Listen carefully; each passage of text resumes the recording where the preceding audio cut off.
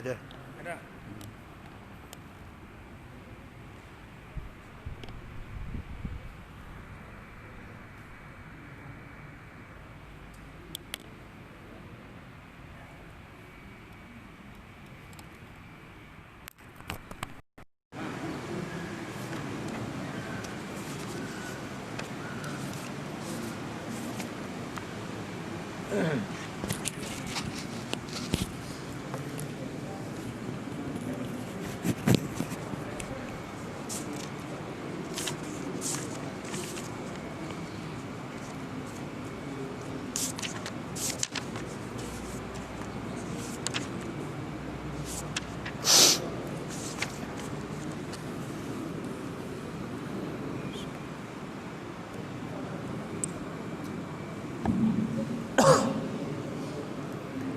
Bismillahirrahmanirrahim. Al-Fatihah. A'udzubillahi minasyaitonir rajim. Bismillahirrahmanirrahim. Alhamdulillah. Ya kana Shiratal ladzina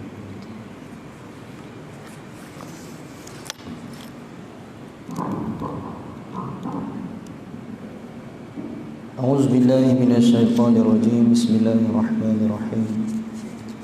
Assalamualaikum warahmatullahi ta'ala wabarakatuh. Alhamdulillahi rabbil alamin. Nahmaduhu wa nasta'inuhu wa nastaghfiruh. Wa na'udhu billahi min syururi anfusina wa min sayyiati a'malina.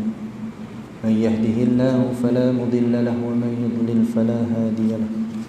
Ashhadu an la ilaha illallah wahdahu la sharika lahu.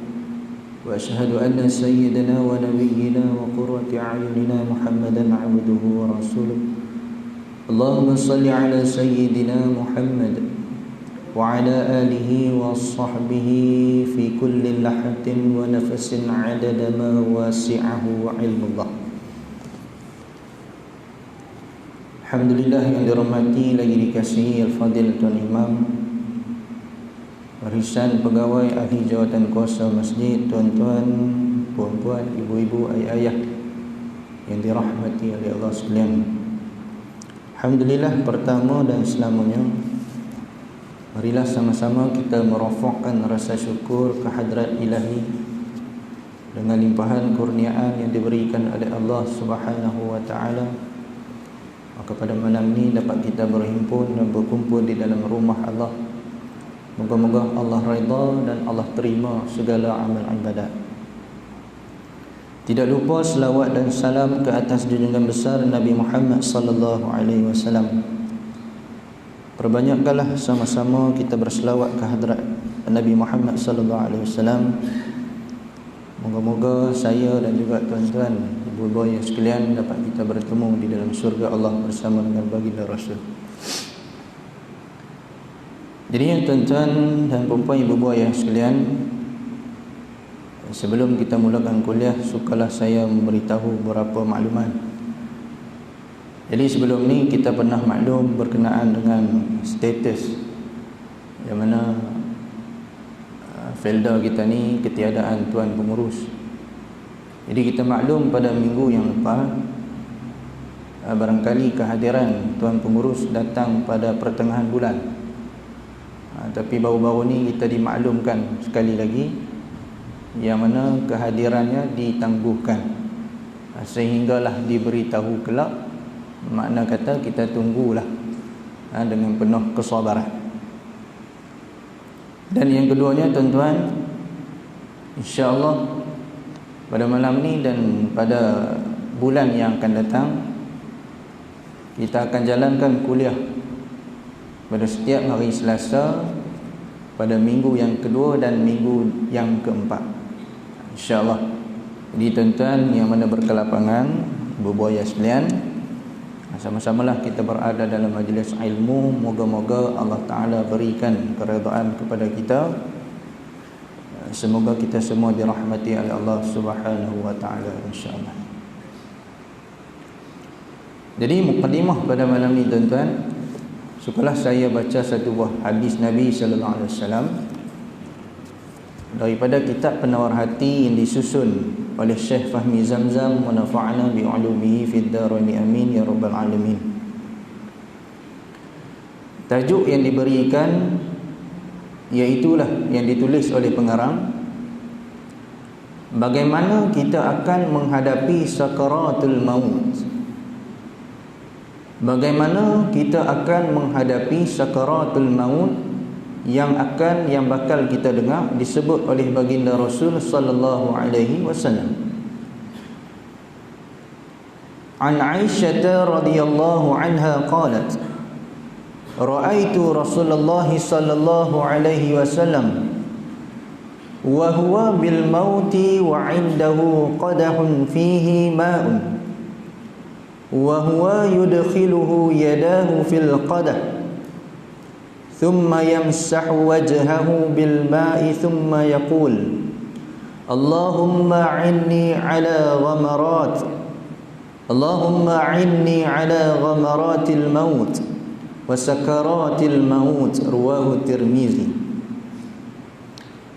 Artinya daripada Aisyah radhiyallahu anha berkata, aku melihat Rasulullah sallallahu alaihi wasallam sedang menghadapi sakaratul maut, dan di sisinya ada sebuah mangkuk yang berisi air. Kemudian beliau memasukkan tangannya ke dalam mangkuk, lalu menyapu mukanya dengan air sambil berdoa, ya Allah, berikanlah pertolongan kepadaku untuk menghadapi kepedihan mati dan sakaratul maut. Hadis riwayat Tirmizi. Jadi pengajaran yang boleh kita ambil daripada hadis yang kita baca pada malam ni, tuan-tuan, ibu-ibu ayah sekalian, bagaimana dahsyatnya saat sakaratul maut, iaitulah tak kala nak meninggal dunia. Bagaimana Sayyidatina Aisyah, isterinya kepada baginda Rasul sallallahu alaihi wasallam, melihat perihal keadaan baginda Rasul tak kala nak menghadapi sakaratul maut. Insya-Allah, tuan-tuan. Yang disebut oleh hadis Nabi sallallahu alaihi wasallam, sebelah baginda Rasul ada satu bekas air. Berkali-kali Nabi ambil air daripada bekas tersebut, menyapu mukanya dan berdoa kepada Allah, ya Allah, berikanlah pertolongan kepadaku untuk menghadapi kepedihan mati dan sakaratul maut, insya-Allah. Jadi tuan-tuan, kita dalam masjid, ibu-ibu yang sekalian, termasuklah saya, kita semua tak pernah menghadapi mati, tak pernah, Allah. Melainkan tidaklah. Itulah mati yang sementara. Tapi nak rasa sakitnya mati, insya-Allah tak ada siapa boleh tahu melainkan Allah.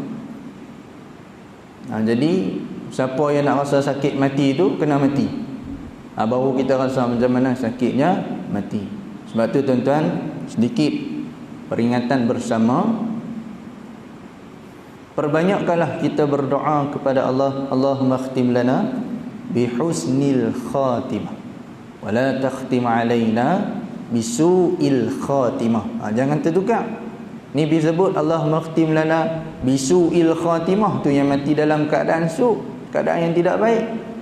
Kita sebut bihusnil khatimah wa la takhtim alaina, dan jangan matikan kami, jangan mengakhiri pengakhiran kami, bisu'il khatimah, jangan matikan kami dalam keadaan yang tidak baik. Masya-Allah. Jadi pengajaran yang kita baca pada malam ini, tuan-tuan, kita bayangkanlah Nabi sallallahu alaihi wasallam sekalipun, manusia yang paling sempurna, makhluk yang paling sempurna di sisi Allah, tak kiralah apa yang ada di bumi dan di langit, tidak dapat melawan betapa hebatnya kepribadian Nabi sallallahu alaihi wasallam, makhluk yang paling terbaik diciptakan oleh Allah.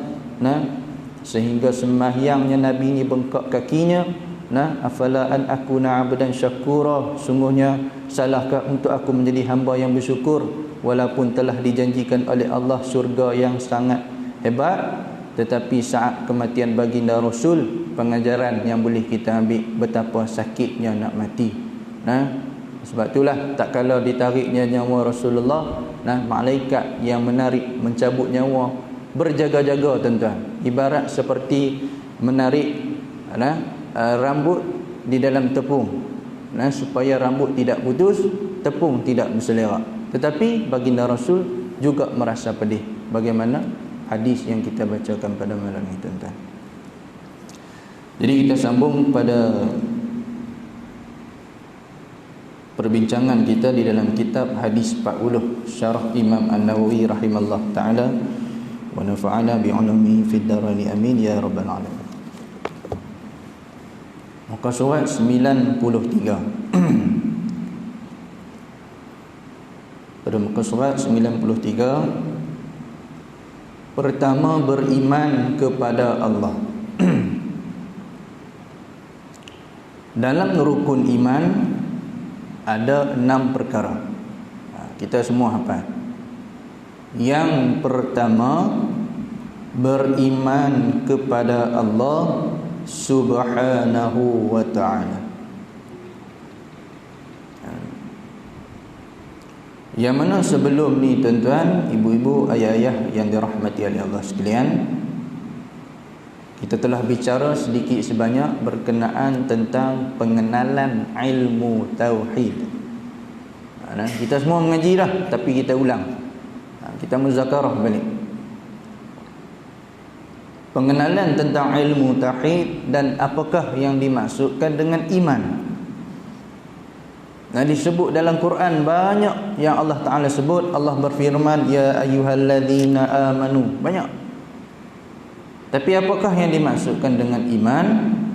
Maka baru ni pada minggu yang lepas kita telah sebut iaitulah iman itu membenarkan dengan hati, berikrar dengan lisan, dan wa'amalu bil arkan, disempurnakan dengan amal ibadah. Itu maksudnya iman. Pasti nak jadi orang yang beriman, tiga perkara ini kena ada dalam diri. Tasdiqu bil qalbi, wal iqraru bil lisani, wal amalu bil arkan. Hanya sekadar percaya tapi tak sembahyang, belum jadi orang yang beriman. Hanya sekadar sembahyang tapi di mulut tidak mengaku Allah itu Tuhanku, belum lagi menjadi orang yang beriman. Kena tiga-tiga ada dalam diri, barulah kita disebut sebagai orang yang beriman kepada Allah Subhanahu wa ta'ala. Baik. Dan sedikit sebanyak berkenaan dengan muqaddimah, iaitulah antaranya pengenalan definisi tentang ilmu tauhid, pengasas ilmu tauhid, Ahlus Sunnah wal Jamaah, Asy'ariyah wal Maturidiyah.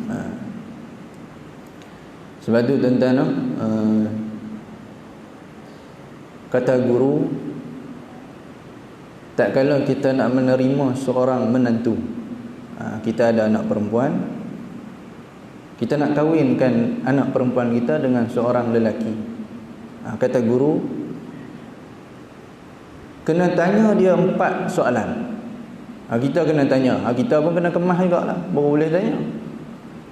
Kena tanya dia 4 soalan. Wajib. Yang kita ni kadangnya bila lelaki ni dia berkenan dengan anak kita, dia pun minta nak merisik ataupun nak berkahwin lah dengan anak kita, kita pun tanya, kerja apa? Itu soalan kita. Gaji berapa? Duduk di mana? Ada rumah kah? Ada kereta kah? Itu soalan yang selalu kita tanya. Tetapi kata guru saya, kata guru kami, tanyalah 4 perkara, insya-Allah beriman. Yang pertama, soalan yang perlu kita tanya, apakah agama kamu? Kalau hak tu pun tak boleh jawab, piak dah tuan-tuan, habis awal, balik awal. Lalu kita pun jawab Islam, alhamdulillah. Yang kedua, kena tanya pada dia, apakah akidah kamu? Kena tanya akidah apa yang kamu pegang. Syiah ke, Mu'tazilah ke, Wahabi ke? Dia pun jawab Syiah. Habis balik awal. Jawapannya Ahlu Sunnah wal Jamaah, Asy'ariyah wal Maturidiyah. Mengaji sifat 20 tu tuan-tuan, wujud, qidam, baqa, mukhalafatuhu lil hawadis, qiyamuhu ta'ala bi nafsihi, wahdaniyah, qudrah, iradah, sampai habis. Baik. Yang ketiga, kamu sembahyang, kamu puasa, segala amal ibadat kamu ikut mazhab mana? Nah, tuan-tuan. Lalu kita menjawab, saya berpegang di antara mazhab yang muktabar daripada Imam Hanafi, Imam Maliki, Imam Syafi'i, Imam Ahmad ibn Hanbal, dan saya bermazhab Syafi'i. Alhamdulillah. Dan kamu berpegang kepada manhaj tasawuf yang macam mana? Antaranya manhaj yang daripada ulama yang muktabar, iaitulah manhaj Imam Al-Ghazali rahimallahu ta'ala. Kitab Minhajul Abidin dan macam-macam ini. Itu soalan yang kita kena tanya. Nah, berkenaan dengan akidah, berkenaan dengan keyakinan di dalam diri, itulah soalan yang sangat penting. Sebab itulah alhamdulillah ibu bapa sekalian, pengajian di peringkat rendah, nah, anak-anak kita sekolah rendah, nah, yang kafar tu, yang pakai baju biru tu, alhamdulillah dah tuan-tuan. Pengajiannya alhamdulillah menepati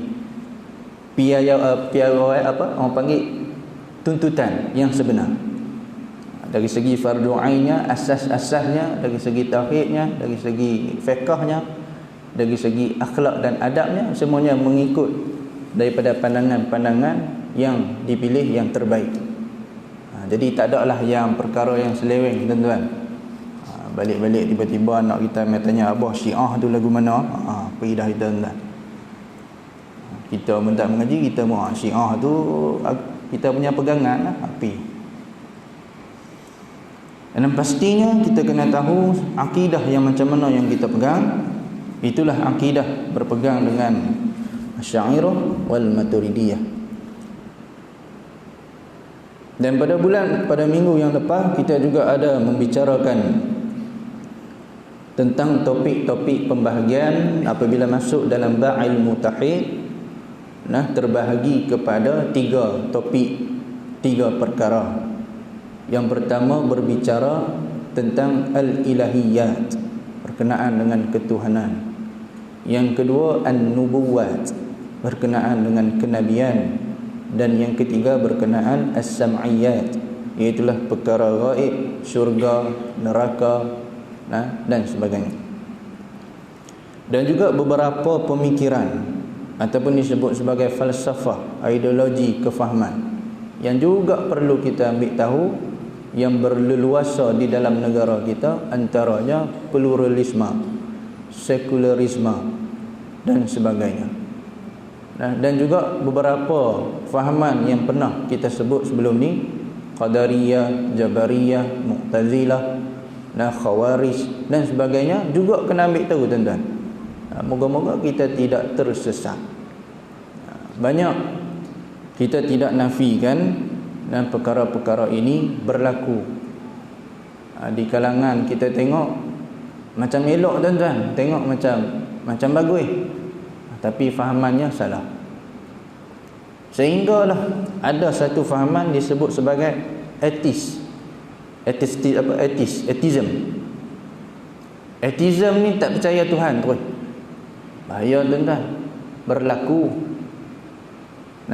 Berlaku. Sebelum ni kita tengok dia pakai tudung. Seorang perempuan pakai tudung, dengan tudungnya yang labuh, ustazah muslimah. Tapi baru ni kita tengok dia pula, tuan-tuan, tak pakai tudung. Buang tudung, pakai macam biasa, bubuh gambar, tak pakai tudung. Masya-Allah, tuan. Dan bila kita tanya orang lagu mana boleh jadi lagu ni dan sebagainya, akhir sekali tak semayang, tak puasa, amal ibadat apa pun tak buat, tak percaya Tuhan, insya-Allah. Pada awalnya elok dah, tapi tiba-tiba dia jadi ikut tak elok. Jadi sebab itulah tentang yang dirahmati Allah sekalian, bimbang kerisauan pada anak-anak, biar mengaji perkara yang paling awal ini, beriman kepada Allah, perkara tauhid, kena detail, kena jelas. Dan ada juga tentang hak mengaji kira terlebih pandai sangat ni, kononnya dia boleh terbang dan sebagainya, itu pun risau juga. Itu yang keluar fahaman hakikat wal ma'rifat, bahaya juga. Sehingga pada tahap dia kata dia tak perlu sembahyang. Bertemu tuan-tuan, pernah jumpa. Kita tengok dialog dia duduk berlawan dengan guru saya, seorang pensyarah. Aku ni tak payah sembahyang lah, dia kata. Masya-Allah. Sebab apa? Mengaji banyak sangat. Bila mengaji banyak sangat, dia fikir kot lain pula dah. Jadi sebab itulah kita sama-sama, bukannya kita nak, orang kata apa, cuma kita bimbang, kita risau kefahaman kita dalam dalaman kita. Sebab itulah kita jemput Al-Fadil Ustaz Helmi main duk ajak kita berkenaan dengan sifat 20. Alhamdulillah tuan-tuan, itu memang dah elok dah. Ulama buat memang elok dah, cantik dah, kemas dah. Awwaluddin ma'rifatullah. Awal agama itu mengenal Allah. La yasihul ibadah illa bima'rifatillah. Tidak sah ibadah seseorang itu illa bima'rifatillah, kecuali dia mengenal Allah. Semayang tuan-tuan, tapi kita tanya kenal tak Allah? Tak kenal. Sebut sifat 20 tak ingat. Itu macam mana kita semayang? Sebab tu perkara paling pertama sekali, ma'rifatullah. Bila orang yang bukan Islam dia masuk Islam, kita tengok dia semayang betul, kita tengok dia ikut, dia puasa betul, tapi perkara asas yang dia belajar adalah mengenal Allah. Sebab tu kadang-kadang kita tengok orang yang bukan Islam, bila masuk Islam dia lebih kemah daripada kita. Quran berapa juzuk dia hafal. Dia dah daripada Kristian, Bible pun dia hafal. Bible siap berapa muka surat, topik mana dia boleh hafal, dia kait pula dengan Quran, lagi kemah tuan-tuan. Kita pun tak boleh buat macam dia. Tak apalah, ambil ilmunya. Jadi dia kaji Bible ni, agama dia tidak, orang kata apa, tidak logik. Jadi dia pun tengok Quran, alhamdulillah betapa hebatnya susunan perancangan Allah. Ayat Quran yang menceritakan tentang kejadian langit dan bumi dan sebagainya, kaji tuan-tuan, dapat hidayah daripada Allah, masuk Islam. Akhirnya jadi seorang ustaz, jadi seorang ustazah, boleh mengajar. Alhamdulillah tuan-tuan. Memang di universiti, memang di pusat pengajian kita ada satu, orang panggil apa, satu kos, satu program dia panggil Usuluddin. Pengajian Usuluddin lebih banyak kepada pembicaraan tentang ilmu tauhid, ilmu keimanan. Dan di situ juga ada juga mengaji berkenaan dengan fahaman dan juga perbandingan agama. Kita bisa jemput tuan-tuan, kalau kita berpeluang, kita panggil ustaz yang asalnya dia daripada bukan Islam, dia peluk Islam. Kita boleh panggil. Macam mana dia boleh peluk Islam, dan dia akan cerita tentang kesalahan-kesalahan yang ada dalam agamanya dulu. Ada cerita. Tak salah tuan-tuan. Itu namanya kita mengenal, kita belajar. Baik. Muka surat 93. Pertama, beriman kepada Allah. Beriman kepada Allah. Awwaluddin ma'rifatullah. Awal agama itu mengenal Allah. Beriman kepada Allah bererti percaya. Percaya sungguh dan yakin dalam hati. Jazam disebut dalam kitab jazam 100% yakin sepenuhnya, tanpa ada zon, tanpa ada syak, tanpa ada waham. Itu gangguan dalam hati. Zon ni dia yakin 75% saja. Tak yakin tu dia ada lebih kurang 25%. Itu nama zon. Atau kalau orang Arab dia sebut azunnu, aku rasa, lebih kurang lagu tu. Azunnu, zon dalam hati, tak boleh. Ataupun syak, was-was 50-50, tak pasti jadi ke dah. 50-50, 50-50 pun tak boleh ada dalam hati. Ataupun waham cenderung kepada tidak yakin. Tapi kita tak sebutlah aku waham, pelik pula, rasa-rasa tak jadi dah ni. Lagu tu lah lebih kurang.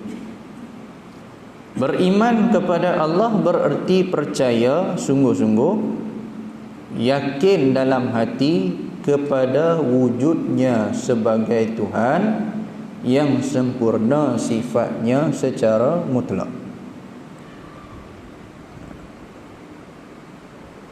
Dari segi zat, dari segi sifat, dari segi perbuatan. Itulah rukun syahadah. Rukun syahadah. Bila sebut tentang sifat, sebut tentang zat, kata guru, apa yang terlintas dalam fikiran, kita duk fikir lagu mana Allah ni, lalu terbayang. Itu semua makhluk. Tak ada kita nak boleh ingat lagu mana kita orang kata apa, menggambarkan, mentasawurkan ataupun mentasbihkan lagu mana Allah ni, lalu kita pun tasbih dalam fikiran. Itu semua makhluk. Jangan berfikir. Pencipta alam ini, penyusun peraturannya, pengatur perjalanannya. Ia Tuhan yang wajib disembah dan diakui kemuliaannya, kekuasaannya, dan dipatuhi hukum-hukumnya. Jelas dah tuan-tuan. Firman-Nya, fa'lam annahu la ilaha illallah wastaghfir li dhanbik. Maka ketahuilah bahawasanya tiada Tuhan melainkan Allah, dan pohonlah keampunan bagi dosa engkau. Surah Muhammad ayat 19. Sebab tu kita tahlil. Tahlil tu adalah daripada la ilaha illallah. Itu tahlil. Bukan hak panjang tu memang kita sebut tahlil, tapi tahlilnya adalah la ilaha illallah. Lalu Pak Imam pun kata afdalu zikri fa'lam annahu la ilaha illallah, la ilaha illallah. Kita balas la ilaha illallah. Afdalu zikri fa'lam annahu la ilaha illallah, sebaik-baik zikir, sebaik-baik peringatan, sebaik-baik sebutan. Fa'lam, ketahuilah oleh kamu, annahu la ilaha illallah. Sebut la ilaha illallah kerak banyak kali. Kerana apa tuan-tuan, ibu bapa sekalian? Ibaratnya kita sedang membersihkan hati. Mungkin sebelum-sebelum ni ada tersilap cakap ke, ataupun ada perkara yang kita buat mungkin di sisi Allah Ta'ala murka, kan? Kita pun makan ubat, kita pun kata ubat ni bagi aku kuat. Kita tak perasan. Makan ubat demam tengok lega, elok, boleh pergi kedai. Sebab ubat ni aku makan. Jaga hati kita tu. Afdalu zikri fa'lam annahu la ilaha illallah. Hati sentiasa sebut la ilaha illallah, la ilaha illallah. Itu sebaik-baiknya. Salah satu bukti yang menunjukkan wujud Allah, kan sifat 20 bermula dengan Allah wujud. Maksudnya ada. Lawannya adam. tiada. Itu sifat mustahil. Di samping kita belajar sifat wajib bagi Allah, juga kena tahu sifat mustahil bagi Allah juga ada 20. Wujud lawannya tiada, qidam lawannya apa dia? Kena tahu semua. Pair ada. Wa khalafatuhu lil hawadis, mumasalatuhu lil hawadis, qiyamuhu bi nafsi, qiyamuhu bi ghairi, wahdaniyah, adadun, dan seterusnya. Bukti yang menunjukkan wujud Allah, Allah tu ada, ialah wujudnya sekalian makhluk. Ini salah satunya. Makhluk yang macam mana? Kita semua ni makhluk. Apa yang ada di langit dan di bumi, semua ni adalah makhluk. Dan Allah adalah khaliq. Allah adalah pencipta. Dan Allah sendiri telah menyatakan dalil wujudnya sebagai Tuhan yang maha kuasa dengan firman-Nya. A'udzubillahi minasyaitonirrajim. Wa ilahukum ilahun wahidun la ilaha illa huwar rahmanur rahim. Inna fi khalqis samawati wal ard wa ikhtilafil laili wan nahari wal fulki allati tajri fil bahri bima yanfa'un nas. فما أنزل الله من السماء من ماء فأحيا به الأرض بعد موتها وبث فيها من كل دابة وتصريف الرياح والسحاب المسخر بين السماء والأرض لآيات لقوم يعقلون. Dan Tuhan kamu itu Tuhan yang satu, Tuhan yang esa. Tiada Tuhan melainkan Dia, yang maha pemurah lagi maha penyayang. Sesungguhnya dalam penciptaan langit dan bumi, langit dan bumi itu bukti kewujudan Allah. Allah menciptakan langit, peraturannya lagu mana, dan bumi bagaimana kehidupan yang ada di atas permukaan bumi. Silih bergantinya malam dan siang. Bahtera yang berlayar di laut membawa apa yang berguna bagi manusia, insya-Allah. Dan apa yang Allah turunkan dari langit berupa air. Macam tadi hujan, tak ada lah Allah buat turun batu, pasir. Bila kena hujan pun kalau naik motor sakit juga tuan-tuan, pedih juga kalau tak ada visor fan. Tapi itulah nikmat turunnya hujan. Allahumma sayyiban nafi'an. Dan apa yang Allah turunkan dari langit berupa air, lalu dengan air itu Dia hidupkan bumi sesudah mati keringnya. Masya-Allah. Kehidupan memerlukan air. Pokok-pokok kita kena siram. Kita sebagai manusia kalau tak minum air, kalau makanan dengan air ni tuan-tuan, kalau tak ada makanan boleh gagah lagi, tapi kalau tak ada air, insya-Allah susahlah kehidupan kita. Dan Dia, iaitulah Allah, sebarkan di bumi itu segala jenis haiwan, macam-macam haiwan yang ada, yang boleh makan, yang tak boleh makan, yang boleh bela, yang tak boleh bela, yang boleh sembelih, yang tak boleh sembelih, yang tak perlu sembelih. Ikan, belalang boleh makan mentah-mentah. Dan pengisaran angin. Kehidupan kita ada angin, hidup udara yang segar, kita boleh bernafas dan sebagainya. Dan awan yang dikendalikan antara langit dan bumi, insya-Allah. Sungguh terdapat tanda-tanda keesaan dan kebesaran Allah bagi kaum yang memikirkan. Surah Al-Baqarah ayat 163 sampai 164, masya-Allah. Begitulah kehidupan kita ni tuan-tuan, betapa hebatnya penyusunan yang Allah Ta'ala buat, pemerintahan yang Allah Ta'ala perintahkan. Bagaimana kehidupan kita ni, kalau kita perhati, kita duk fikir, hebatnya Allah Ta'ala jadikan malam dan siang, solat kita 5 waktu, pada paginya subuh, zuhur, asar, maghrib dan isyak. Kehidupan manusia itu tersusun rapi. Pada paginya bekerja, mencari nafkah, mencari rezeki.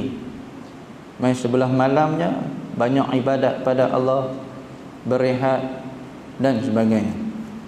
Itulah perancangan, itulah penyusunan yang Allah Ta'ala buat. Kedua, ayat ini adalah jelas sekali pengertiannya dan petunjuknya yang membuktikan sifat keesaan Allah. Masya Allah. Jadi sekadar tu tuan-tuan, daripada ayat yang kita baca ni, daripada surah Al-Baqarah, inilah salah satu bukti yang nak menunjukkan betapa Allah Ta'ala itu Esa, Allah Ta'ala itu wujud dengan sifat, zat dan perbuatannya. Dan kita berhenti takat tu insya-Allah. Masuk pada kedua, ayat ini adakah jelas sekali pengertiannya dan petunjuknya yang membuktikan sifat keesaan Allah Subhanahu wa ta'ala. Wallahu ta'ala a'lam. Jadi insya-Allah kita berhenti sekadar tu. Yang baik tentulah datang daripada Allah, kelemahan dan kekurangan daripada diri saya sendiri. Mohon ampun dan maaf seandainya ada salah dan silap. Wabillahi taufik wal hidayah. Assalamualaikum warahmatullahi taala wabarakatuh. A'udzubillahi minasyaitonirrajim. Bismillahirrahmanirrahim. Alhamdulillahirabbil alamin, wassalatu wassalamu ala asyrafil mursalin wa ala alihi washabihi ajma'in. Allahumma iftah alaina futuhal 'arifin warzuqna fahman nabiyyin wa ilham malaikatil muqarrabin ya arhamar rahimin. Sallallahu ala sayyidina Muhammad wa ala alihi washabihi wasallam. Alhamdulillahirabbil alamin. Taqabbalallahu.